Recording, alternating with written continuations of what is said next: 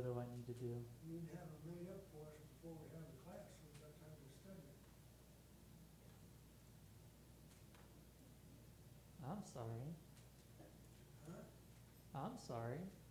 Well, you might be sorry, I'm just saying that's what you can do. If I had a week to study it, then I might have some cogent answers.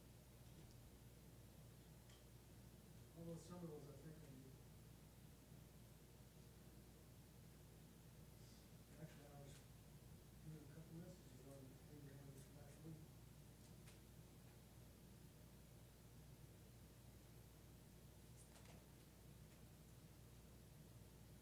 Alright, Looks like we're in, huh? seems like it.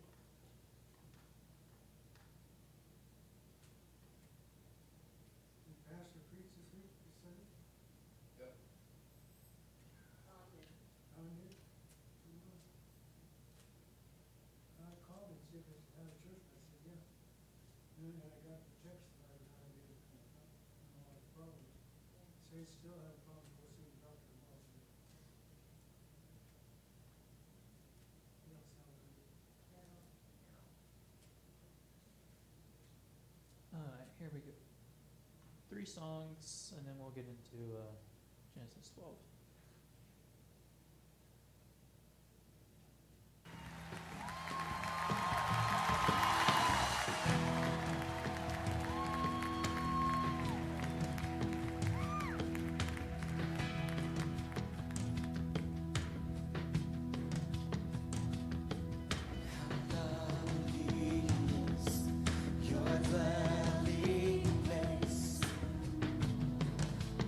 Lord Almighty.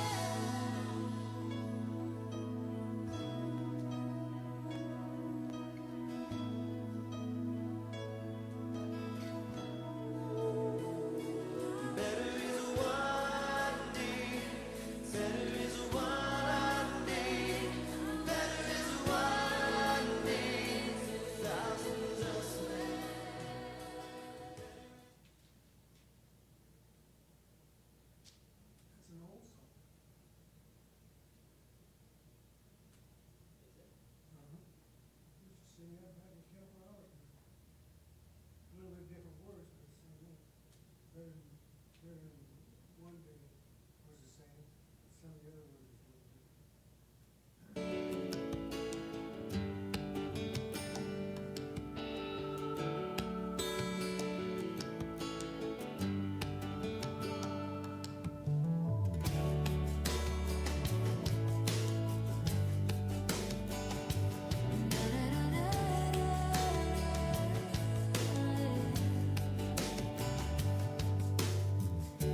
You are my strength when I am weak. You are the treasure that I seek. You are my all in all. Seeking you as a precious jewel. Lord, to give up, I'd be a fool.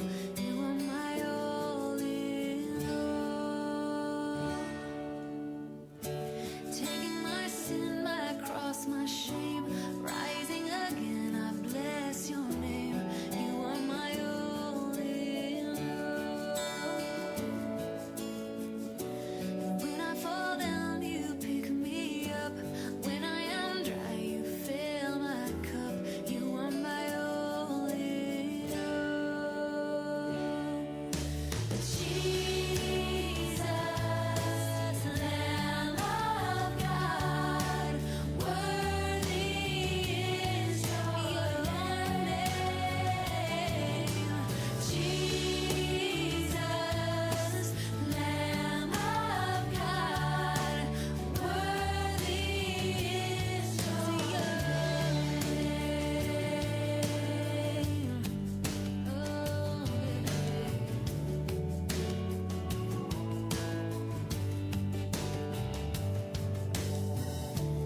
You are my strength when I am weak. You are the treasure that I seek. You are my all in all. Seeking you as a precious jewel. Lord, to give up, I'd be a fool. You are my all in all. Oh, Jesus, Lamb of God, worthy is your name. Jesus, Lamb of God, worthy is your name. Jesus, Lamb of God, worthy is your name. Jesus, Lamb of God, worthy is your name. Jesus, Lamb of God, worthy is your name. Worthy is your name. Worthy is your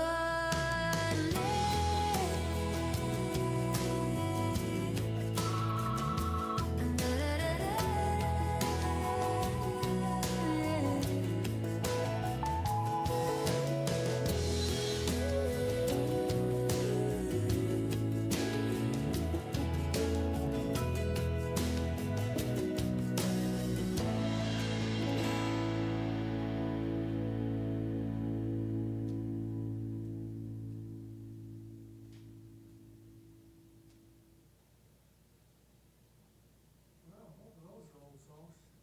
You getting a little hard?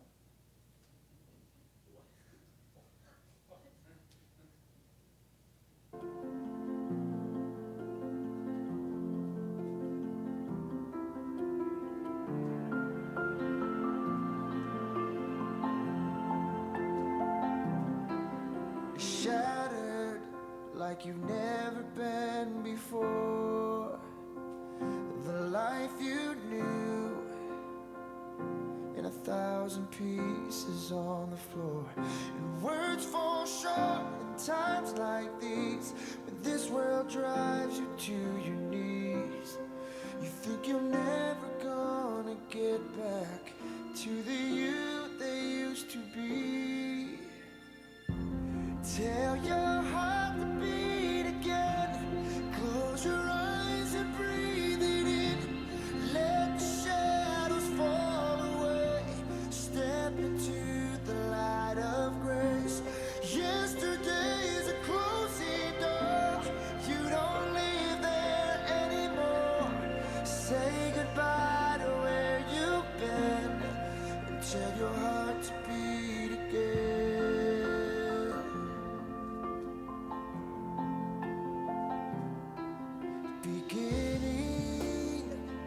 Just let that word wash over you. It's alright now. Love's healing hands have pulled you through. So get back up, take step one. Leave the darkness, feel the sun. 'Cause your story's far from over, and your journey's just begun. Tell your heart to beat again. Close your eyes and breathe it in. Let the shadows fall away. Step into the light of grace. Yesterday's a closing door. You don't live there anymore. Say goodbye to where you've been, and tell your heart to beat again. Let every heart break and every scar be a picture that reminds you who has carried you this far. 'Cause love sees farther than you ever could. In this moment, heaven's working everything for your good. Tell your heart to beat again. Close your eyes and breathe it in. Let the shadows fall away. Step into the light of grace. Yesterday's a closing door. You don't live there anymore. Say goodbye to where you've been, and tell your heart to beat again. Your heart to beat again. Beat again. Oh, so tell your heart, beat again.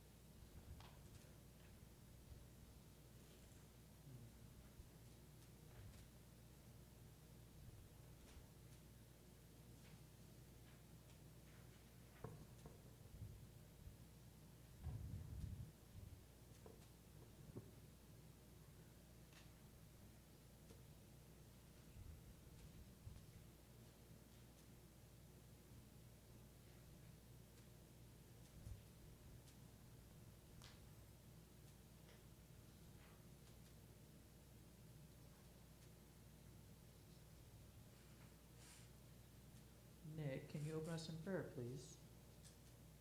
Heavenly Father, we come to you this evening. We thank you for bringing us together to study your word. We pray that you help us know and understand and perceive the things that you need for us to learn from these lessons. In Christ's name, amen. Turn to Genesis 12, all 20 verses, and I'll read through it, and then we have 7 questions to kind of go around.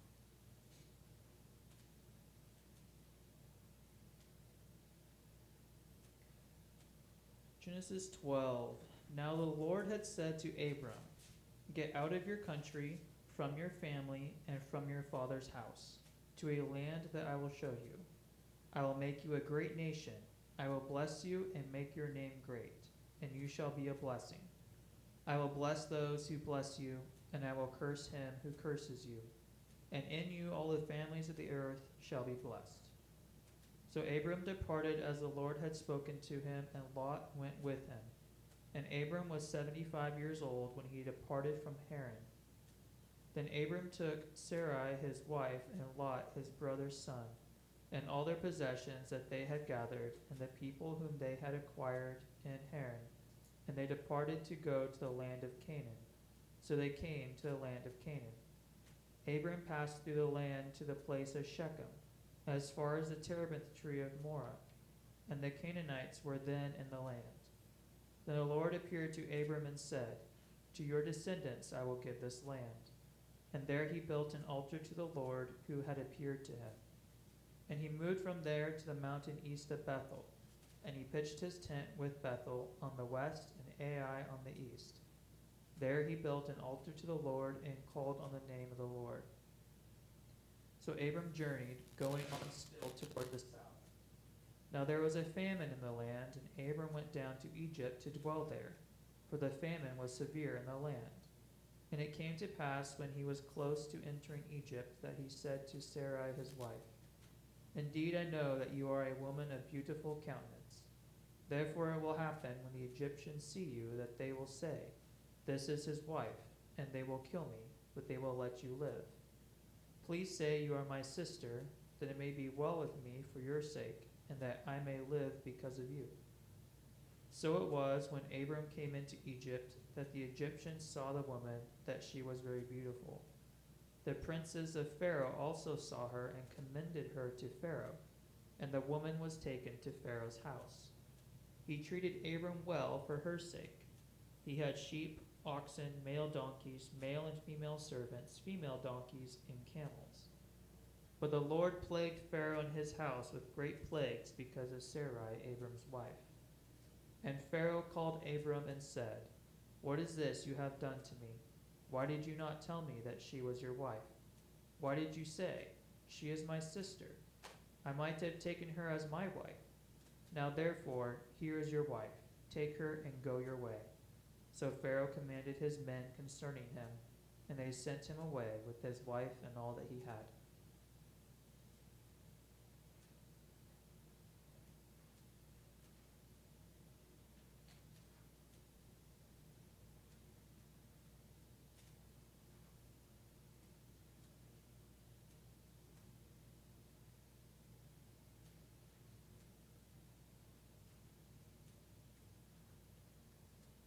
The first question here is, what did God promise? I wrote Abraham here, but Abram, if he left his own country to go where God wanted him to go?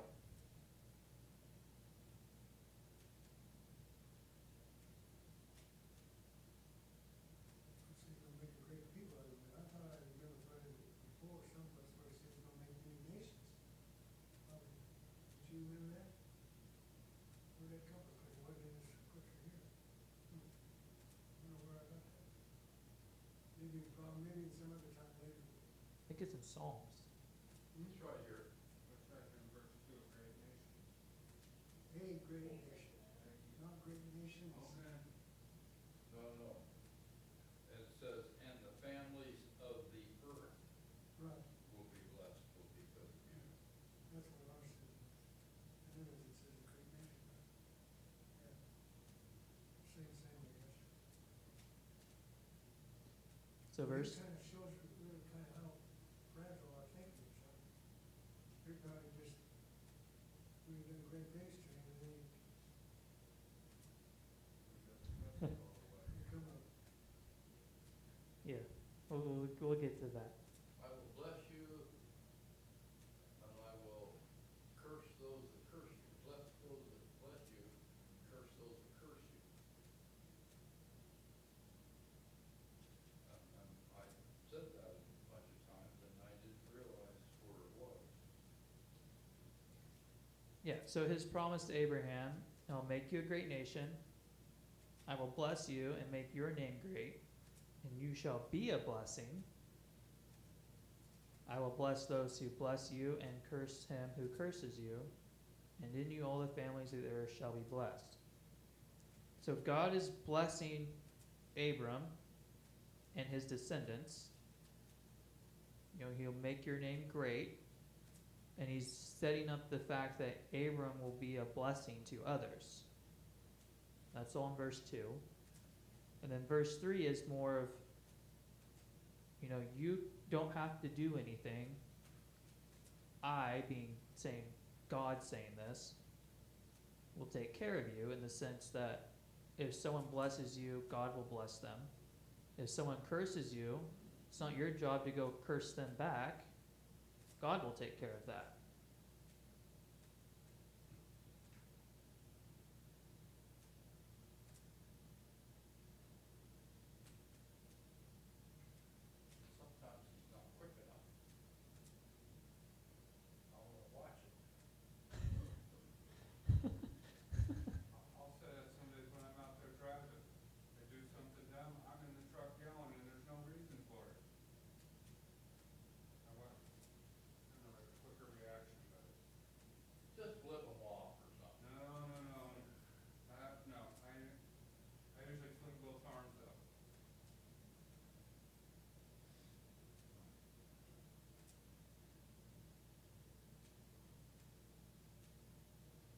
So what towns did Abram go through on his journey?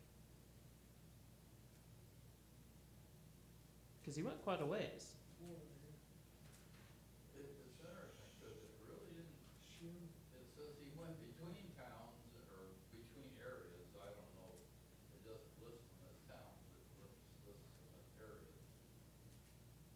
But the only town that he named was Morrow, I think. Well, Shechem's a town. Shechem is just a district, isn't it? Well, there is a town, or a town of Shechem. Shechem might be a location, but Shechem. Shechem.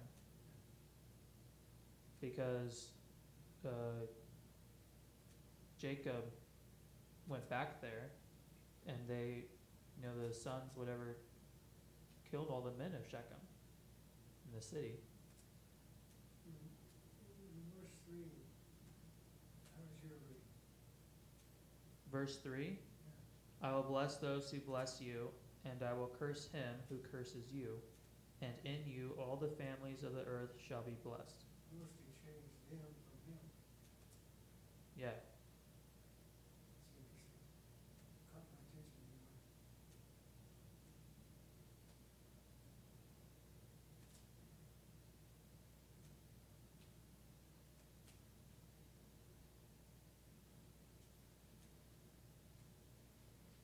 But it is just the one town, I think, isn't it? It was mentioned, other than that, you can't say between.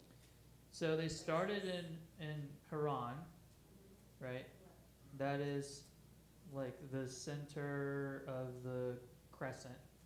So he'd already started in Ur on the very far right side. And he started working his way over and he got into Haran. And that's where we were before this, back in chapter 11.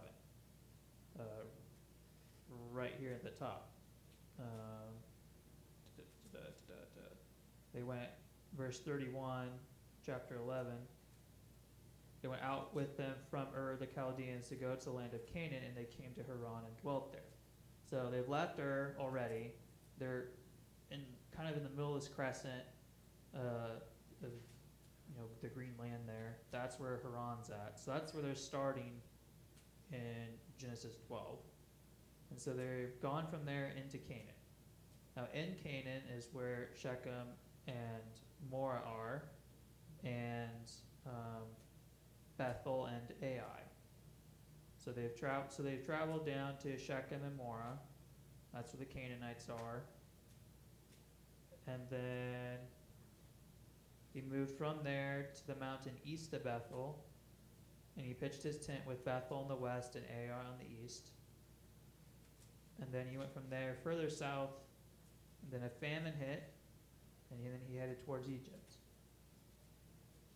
I find this interesting. The two times the Israelites have gone to Egypt have both been because of a famine. Abram went there because of famine, and then after Joseph had taken charge, all his brothers and his family came because of a famine.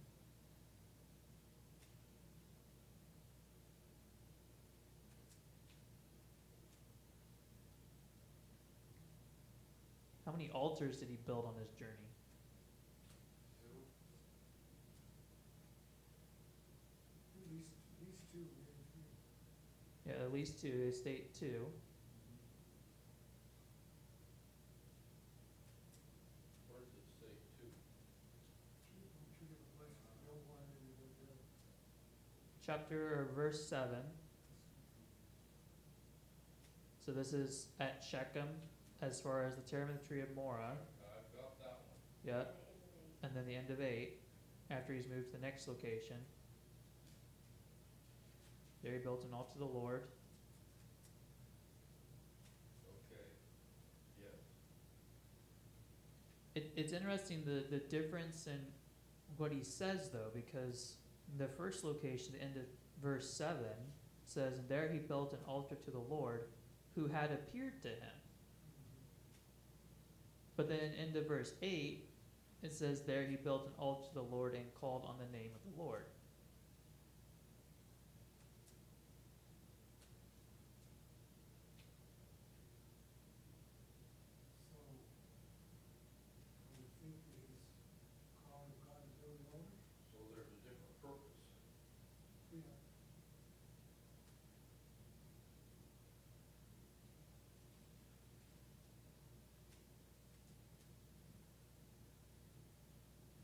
I'm wondering if the first one is in reference to the fact that in the verse 1, the Lord said to Abram, go travel. So verse 7 references even clearer to verse 1, 2, 3. Well, just the way it's worded, who had appeared to him, it's like making sure that you know that the Lord that he's building this altar to is the one that talked to him previously. Yeah. And then the end of 8 is more of like he did this, and it's not in response to, but in addition to.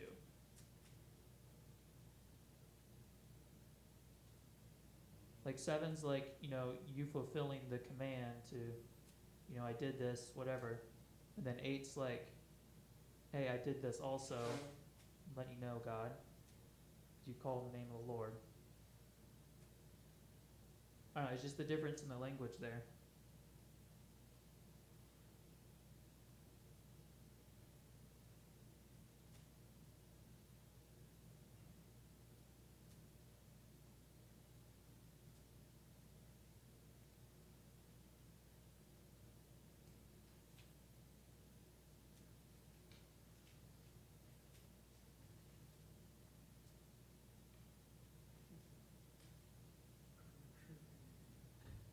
What kind of trick did Abram do with his wife Sarai? It's called deceit.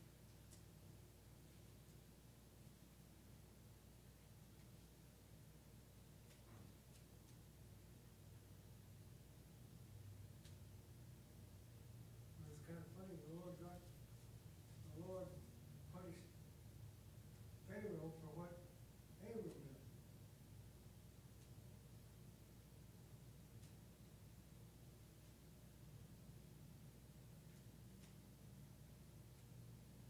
There's a lot of He doesn't tell us how he found out about it. Doesn't say, yeah. there's enough details in here though to really make some key points. So he starts off right, it's like Sarah's beautiful. So he tells her She must have been some looker. to say that you're my sister. Well, here's the other thing though, right? When this happens, in verse 4, it says Abram was 75 years old when he departed from Haran. But right before this, somebody, what was it, Abraham name over there? So he didn't have a wife. Haran died before his father Terah in his native land in Ur of the Chaldeans, and Abraham did. But that guy was 200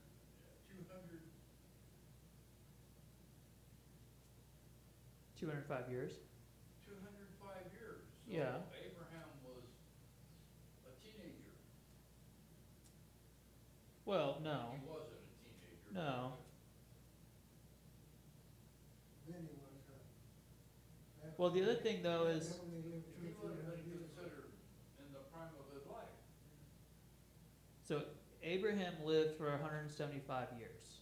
Okay. So But- he lived another 100 years after this. Yes. But you also doesn't say that, timeline wise, it doesn't state here that Abraham left after Terah died. Right. I mean, it may have been that way, but we don't know. All I know is Sarah must have been a looker. But here's my statement though. How much older is Abraham than Sarah? We don't know. Well, she was very beautiful. Isn't it 2 years?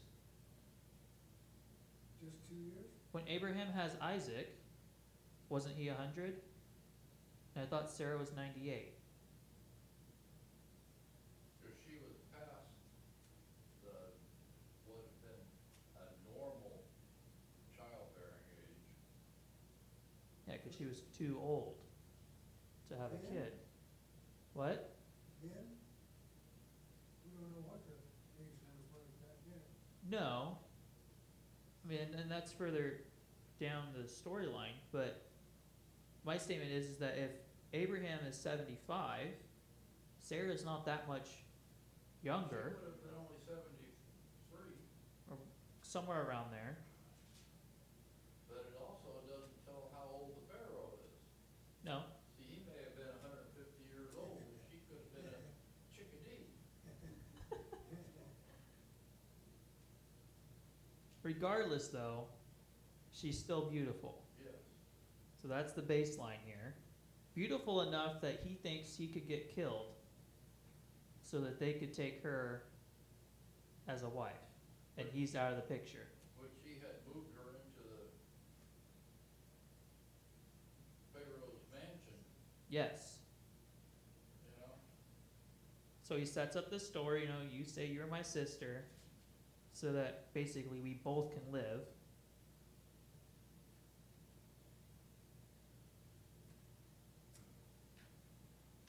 So it would be well with me for my sake, not thy sake.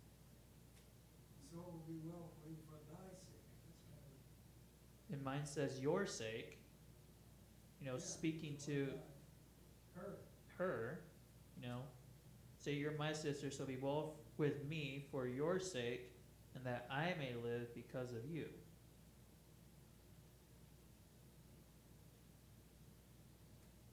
And, you know, Abram, out of this deal,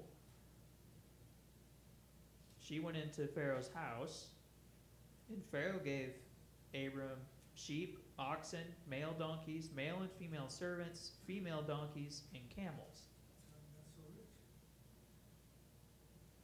And when he got kicked out of Egypt, he left with all of his stuff, which that's now part of his stuff. It's interesting, Pharaoh let him go with all that stuff, huh?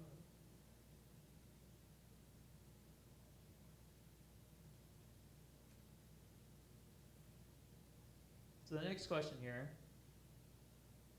would you do the same trick if you thought your life might be at stake? No.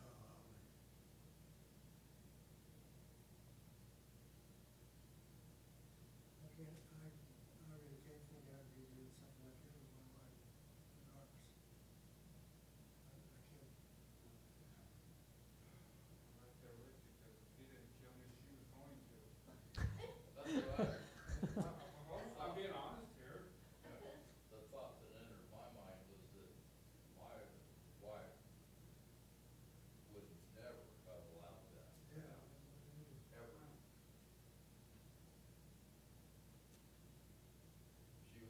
She'd have, I wonder if that's how Pharaoh found out where she was, because when he tried to go in and out to her, she told him. You don't know, I gotta say, you know. Well, the timeline here, though, has verse 17 before verse 18. Which to me just means that his response to finding out is the fact that the Lord plagued Pharaoh and his house with great plagues. it never got to that stage, evidently, What stage? where she was invited to Pharaoh. Oh, yeah. Because she would have had to go through some kind of purification and all that kind of stuff with all the sweet scents and the baths and all that kind of stuff. I also just know that Pharaoh's not a dumb person to be Pharaoh. Yeah. So if all of a sudden a bunch of bad stuff happens, because this one family shows up, Yeah. you know, he's not just dumb. You know, this whole, to me, this whole scenario, that it's just cockeyed. But my judgments are culturally subject to what I'm used to here. Well, yeah, and then what's kind of interesting to me is, if we're gonna call on him, after he'd done that dirty deed, then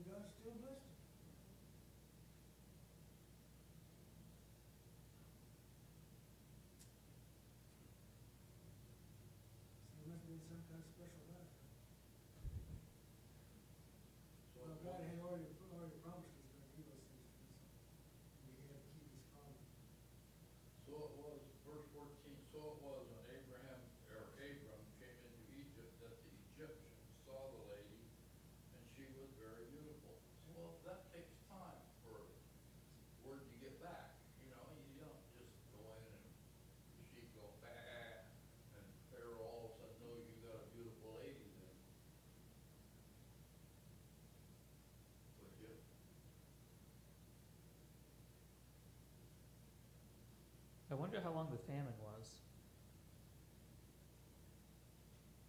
Doesn't show that here? No, it doesn't talk about how long the famine is, but he went there because of the famine. And it doesn't talk about the famine again afterward. You know, the very beginning of chapter 13, now he left Egypt and he went further south, which I actually didn't realize. Oh, no, from the south. It says into the sun. Into the south. Yeah, but verse 3 talks about going back, journey from the south as far as Bethel, back to where he went.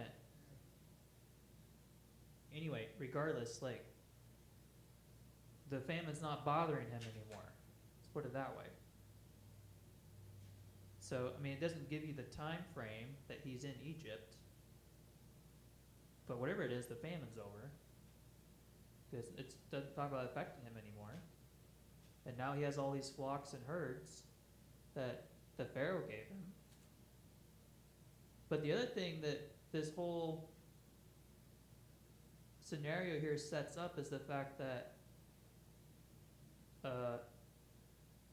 just because you're ignorant doesn't mean you can, like, you don't have consequences. You know, Pharaoh's ignorant of the fact that they're married. That's true. Right? He's been deceived in that regard, so he doesn't know. But he still gets plagued for starting, if you want to say, the process of adultery.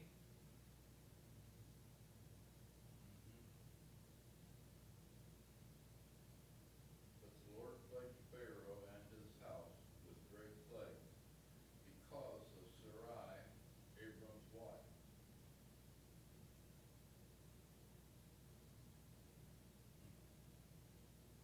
I wonder how he would equate that when it's God playing him. He might have believed it was like Abraham, right? Pharaoh wouldn't have been. You know, it reminds me of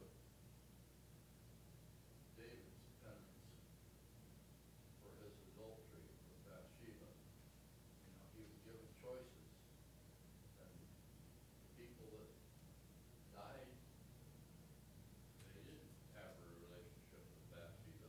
They just suffered the consequences, you know.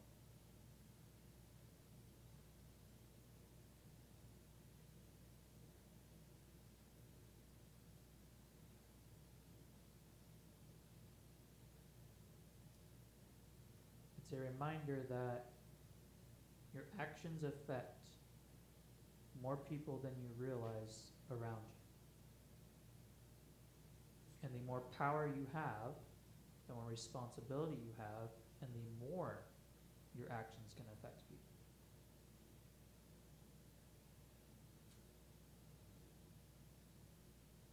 You know, if David was just a soldier in the army, his actions would not have affected as many people, but they did because he's king. When he became king.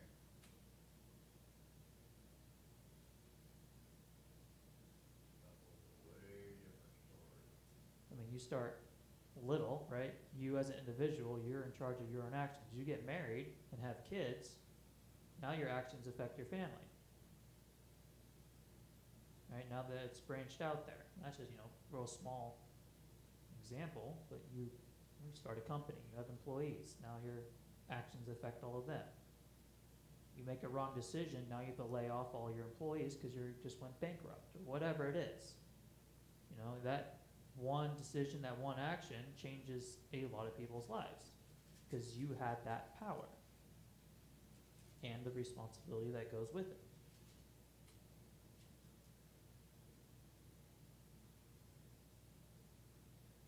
I know they, in churches, everybody wants to be boss. Well, not everybody, but enough. But God's word says there's great responsibility with that.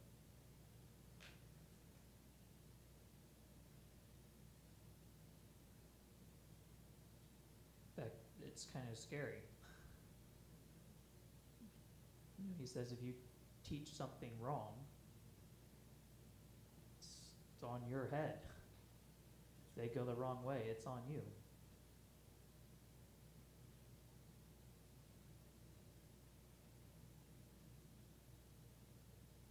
The other thing here that we don't really think about much, Lot is with them the entire time this is taking place. Because it doesn't really talk about it later in this, you know, the end here, but, you know, he's, verse 5, you know, Abram took Sarah and Lot, his brother's son, and all their possessions on this travel.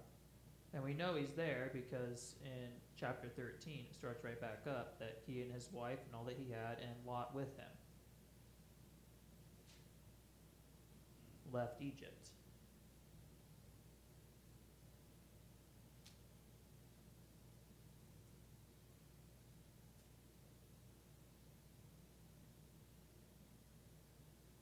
So, yeah, Lot was watching all this.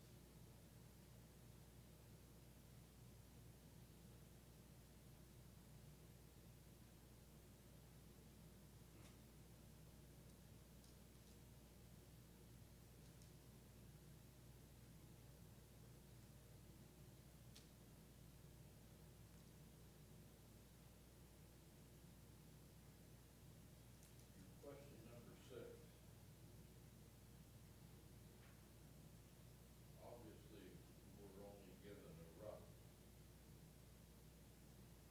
verbiage here of what was going on or what went on. But to think of all the consequences that would be involved in this situation, man, it's mind-boggling to me. I was just gonna say, it wasn't worth it.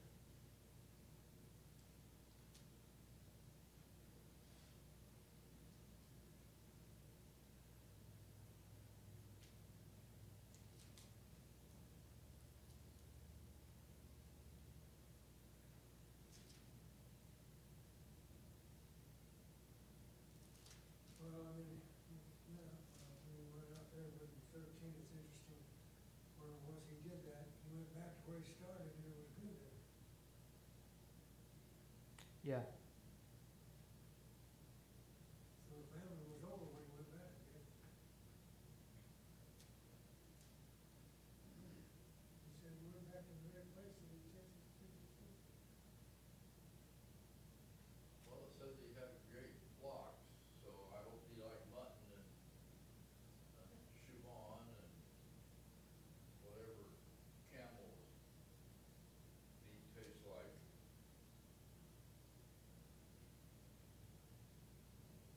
When I went to Israel that time, that was one thing that really was. Wow, eating goat meat and stuff like that. But you couldn't tell, man, I mean, that food tasted good. I don't know what they did to it, but it tasted good. I couldn't believe it. First meal I ate, and I think, well, you know, you're here, you gotta give it a try. It was really good. They fed us good every meal. Well, if that's all they have to eat, then you get pretty good at figuring out how to. They would, those things would be hanging 10 of them out there, see, and you cut all of that each day. Wasn't no freezer, even now. Yeah. Well, I guess maybe they're not now, but the measles were, we hung out every day. And then people go in and buy it right off a goat or a lamb, whatever it was. It sure was good, anyway. I kind of just wonder how much possessions Abraham had before he got to Egypt, and then how much more he got when he left. Well, Only because he left because of the famine, but if he had a lot of herds, I mean, the famine would have gotten rid of some of their food. where does it say that they gave him a bunch of stuff? Because in Verse 16. Where does it say? 16.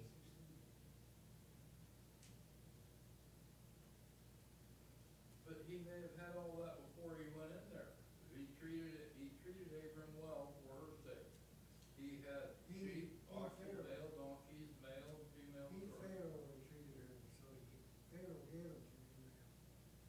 that? Doesn't say that though. Well, it's talking It about. just says that he had them. But he had them when he left, too. Well, it just says that he left with all their possessions that they had gathered when they left Haran.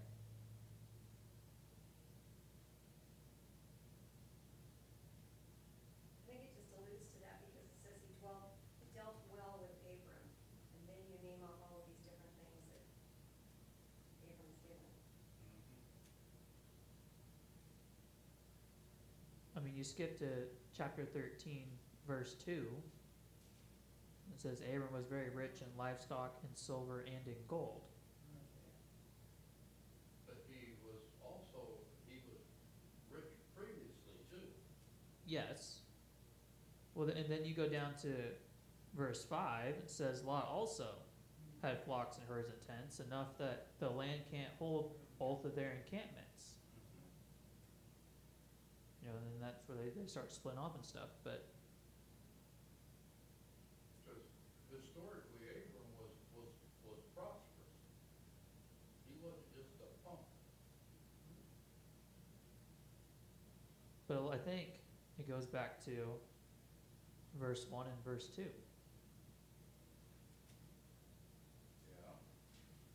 I agree.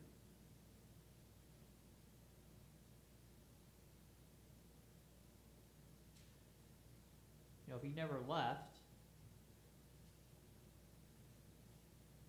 I mean, we have no idea what would have happened. But he wouldn't have been blessed, at least to the extent that he was.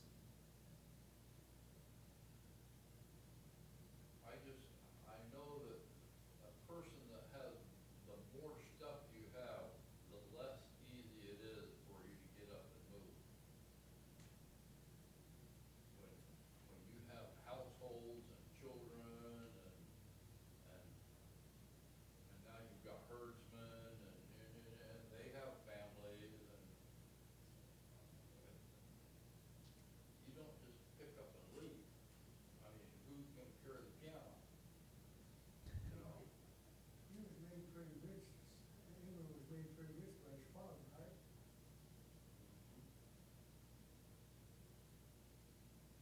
He kinda started out when he went out on his own, he was pretty rich.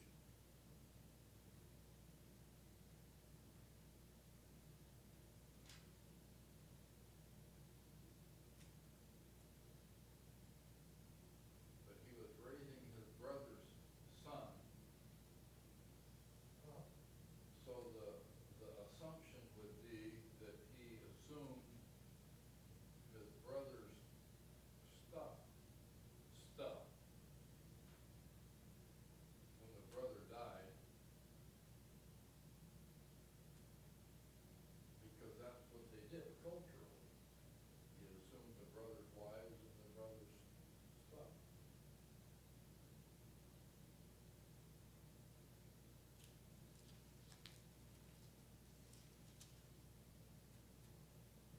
Yeah, Pharaoh didn't give him silver and gold, so they already have all that kind of stuff. Yeah. Ahead of time. He was he was already a wealthy man. But why would Pharaoh kill him if he didn't want his stuff? I mean, culturally, that's what you did back in those days. that's why he told the fish, he thought that's what Pharaoh would do, right?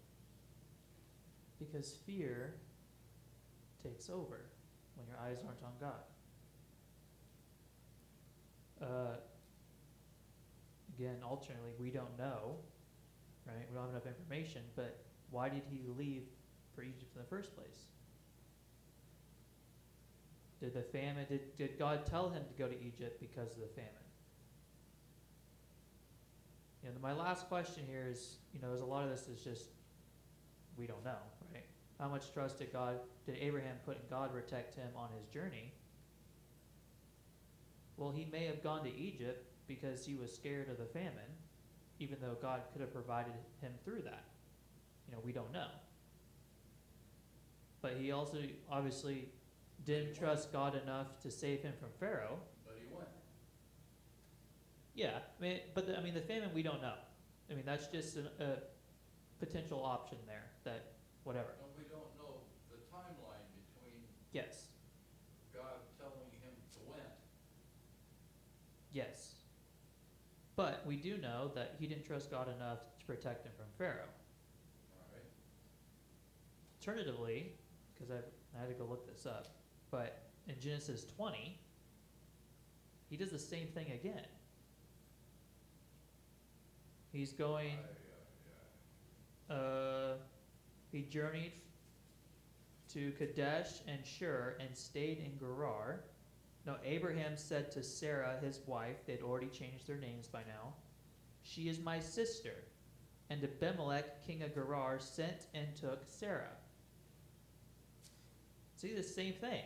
Said it to a different king, that my wife is my sister. And the king took Sarah. And God, so in verse 3, God came to Abimelech in a dream by night and said to him, "Indeed, you are a dead man, because of the woman whom you have taken, for she is a man's wife." And I mean, it goes on in there. Also, this is where parents set examples for their children. Isaac does the same thing with Rebekah.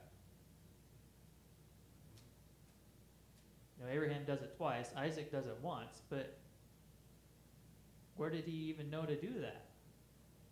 He's alive by the time the second one happens.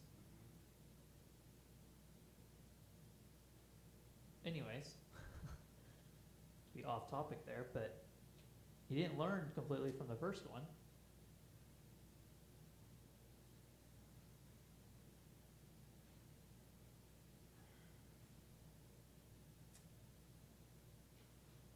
Well, the question, the whole question's settled. He didn't trust him very much, he didn't trust God very much. Because he played the trick. If God sent him there to do that, then if he had trust in God, he wouldn't worry about it. I mean, and it's hard to, That's easy for us to say, hey, we're not there. Yeah. But I mean, you can't just say that he just doesn't trust God, because he trusts him enough to leave his homeland and travel what would be a long ways at that time on a promise, right? God told him to go and then you'll be blessed, and he went. Then you will be blessed, yeah. So, are you saying sometimes we trust God and sometimes we don't, that's okay, or what? No, I'm saying that Because I think we. scenarios happen, We are. and our reactions to different scenarios are not the same.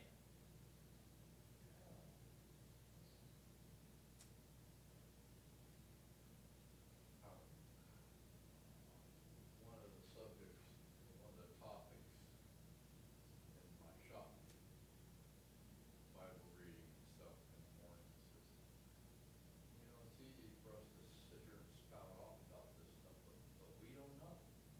We really don't know.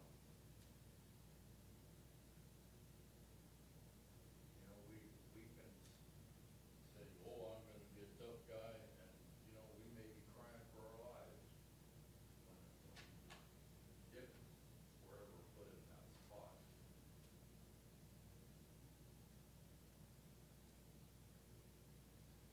And we say, and we say, and we say,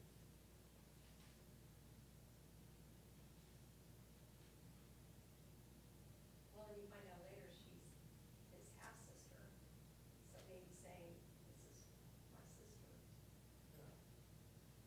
What do you mean? Well, she's the daughter of Abraham's father, Sarah. Not mother, not his mother, but the father, so he half-sister.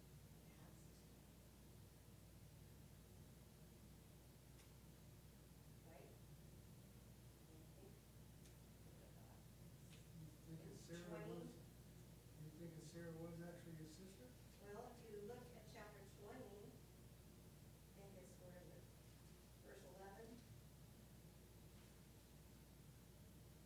And Abraham says, besides, she is indeed my sister, the daughter of my father, but not the daughter of my mother, and she became my wife.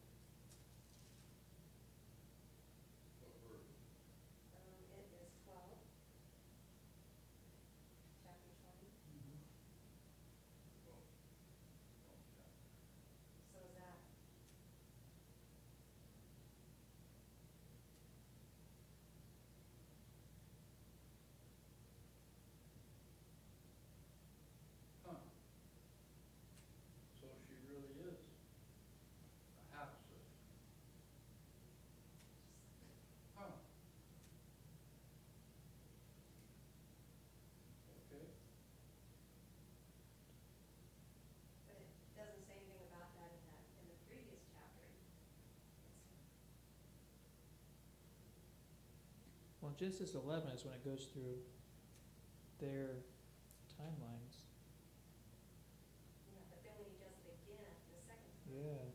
is when he throws out there that she really is my sister, with the half-sister. Which at this point is weird. Yes, Like it's no longer Acceptable. classified as acceptable, yeah. yeah. Because we talked about Lot being very weird, Yeah. because it's his nieces, whatever, I think. Wasn't it? Water or something? When he was around?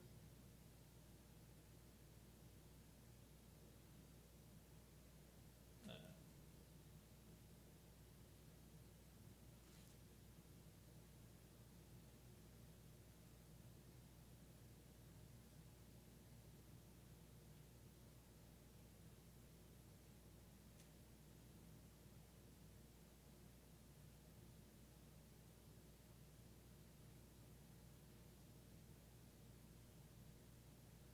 I don't know, it's just strange that he doesn't throw that out there the first time, but on the second time, to try to justify it, he throws it out that, well, she is my sister. What about 11:31? Is that what you're talking about? No, she's talking about 20, chapter 20, verse Yeah, what 11, about whatever. 11:31 though, talks to Sarah? Well, 29 is where Sarah's introduced. About 31 said, and Terah took Abraham his son, and Lot, the son of Haran, his son's son, and Sarah his daughter-in-law, his son.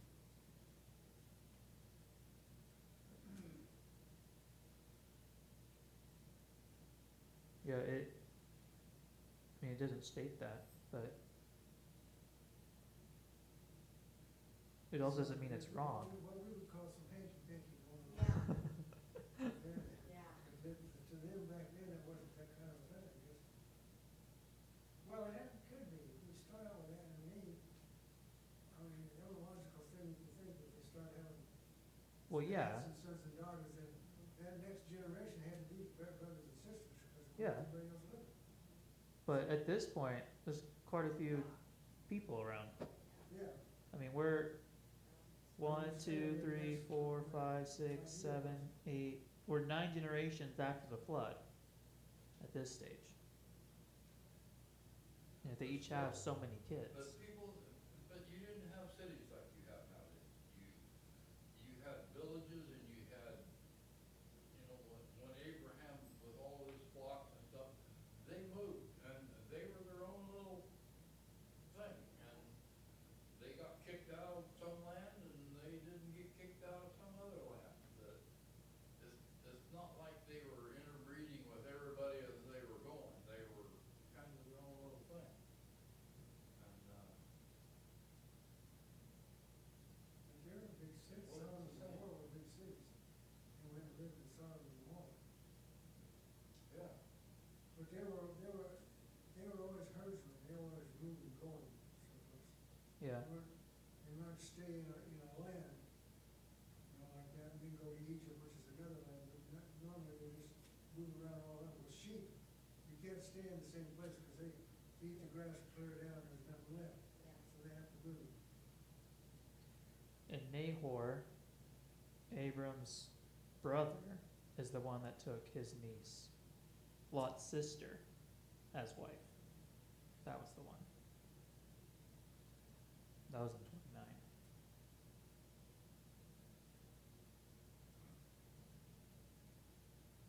Anyways, let's just say nowadays it's unacceptable. No. Well, I'll tell you, unless you're from Arkansas. No, it's still unacceptable.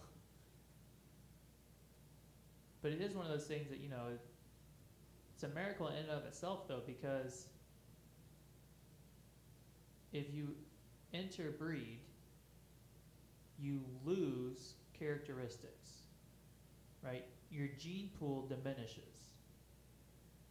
And you can't get back those extra genes. But yet the whole beginning of creation was the reverse. They're mixing and matching off of Adam and Eve effectively, but yet they keep adding different characteristics in there. At least ones that become dominant rather than regressive. So that in itself is its own miracle. Nightmare is what it is. Only for scientists.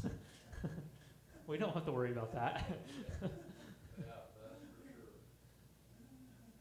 Yeah.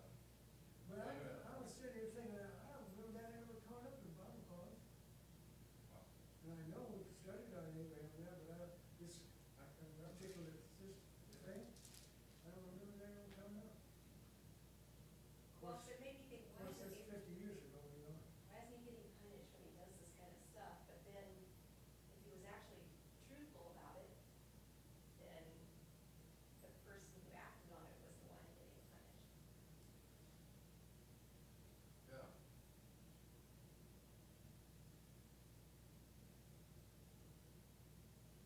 You know, what I get out of this is that God is always faithful. God is always faithful. And though we be unfaithful, he is faithful. Yeah.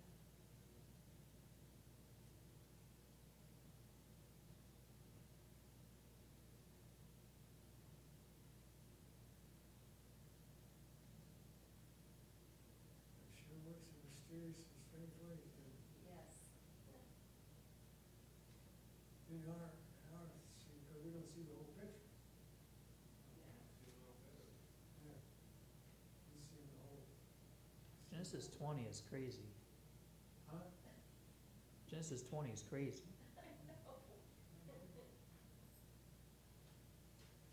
You know, verse 13 makes me wonder how many more times that's not recorded in the Bible does this happen. You know, every place, wherever we go, say of me, he is my brother. Every place. That's going to be a lot of places. You just needed to be uglier. Yeah, that's crazy. See, but here in 14, you know, Abimelech took sheep, oxen, male and female servants, and gave them to Abraham, and gave Sarah his wife to him. And then to Sarah, I have given your brother 1,000 pieces of silver. I mean, so the Pharaoh doesn't say he gave him silver, but this one did. Yeah. It just gets richer. I think Abraham just thinks this is a way to get richer. I know.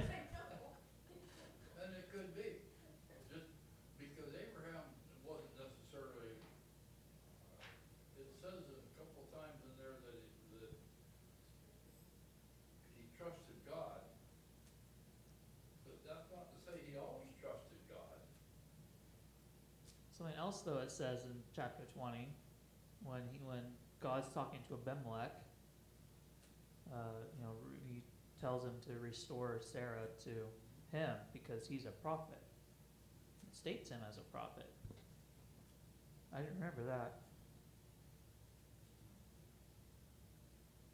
This is where?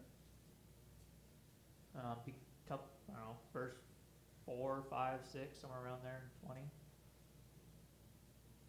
mean, that's in like 4 months, so we'll get there. It's 7. It's hard, it really is, it's hard to make judgments on that stuff because we're so embedded with our culture and think we're not the same back in the day. Well, my goal isn't necessarily to make judgments on it, but to learn lessons from it. But we do make judgments. Yes, but that's because that's part of our nature. Well, I don't think there's anything here, any wrong with judgments as long as you're not judging somebody. Trying to make it, you judge whether they're good or bad, that's different than Yeah. making a judgment about something. Because there's been a number of times when people, when I was pastor of church, that people come to church and would be there, and I just had this feeling about it. I never did really trust them. The more it turned out to be was, the judgment I made was pretty correct. So it ain't like you can't be, I didn't make them bad, I just said I don't trust them.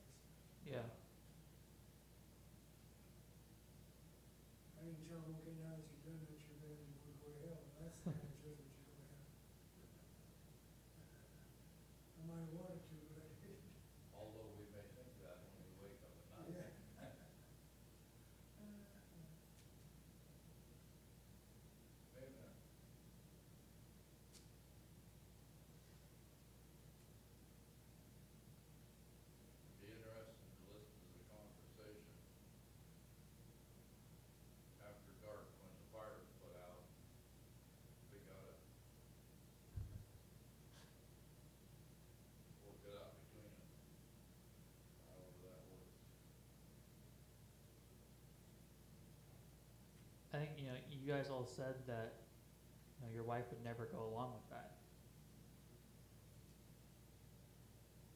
But I also wonder culturally back then, did she have an option? Yeah, who takes care of her if he's gone? What happens to her? Well, and wives were more, not gonna say submissive per se, but they didn't have as much pull in making decisions. Well, when you read about that stuff about Abraham, you really don't give a reason why he came out to be the top dog. Just all of a sudden, that's where he's at. Yeah. Why, birthright, he had a brother, right, that died, an older brother that died. And so he took his place, but that's how, now all of a sudden, he's the head of a whole clan or whatever, of course, I don't know how many that was, but, Well, enough people underneath him that he went and yeah. got a lot back, Yep. you know? So, I mean, he had a lot of people with him. Yeah.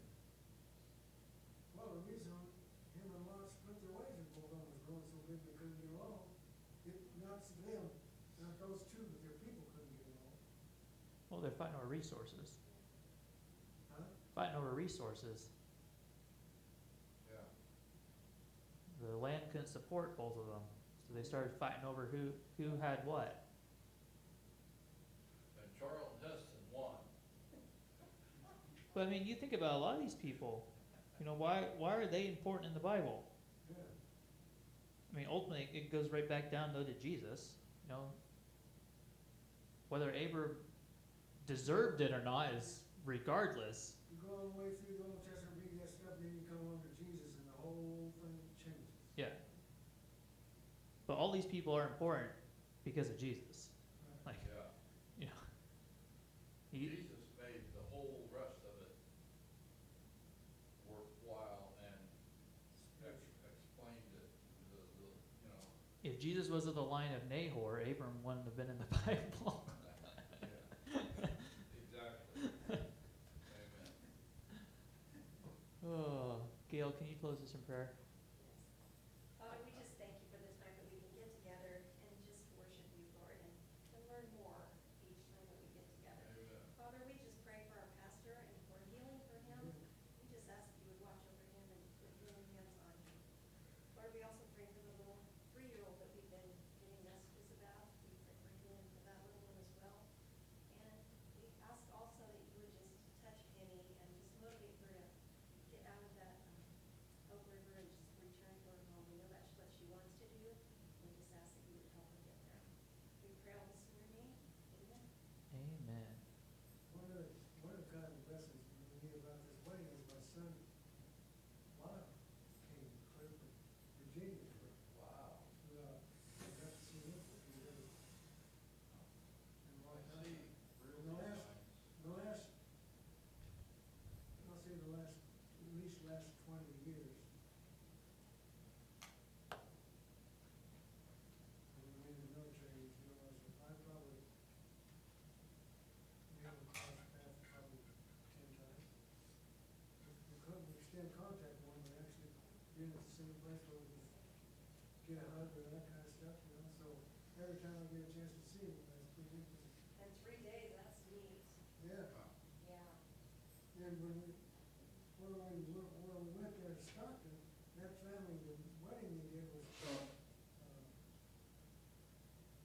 Fairchild, clear out on the, almost to the coast. So we had to drive out there, a 3-hour drive, so me and him and my daughter's son drove out there together, so we got to spend that time together. And then coming back, we got to do the same thing. Oh, that's nice. It was really, to me, it was really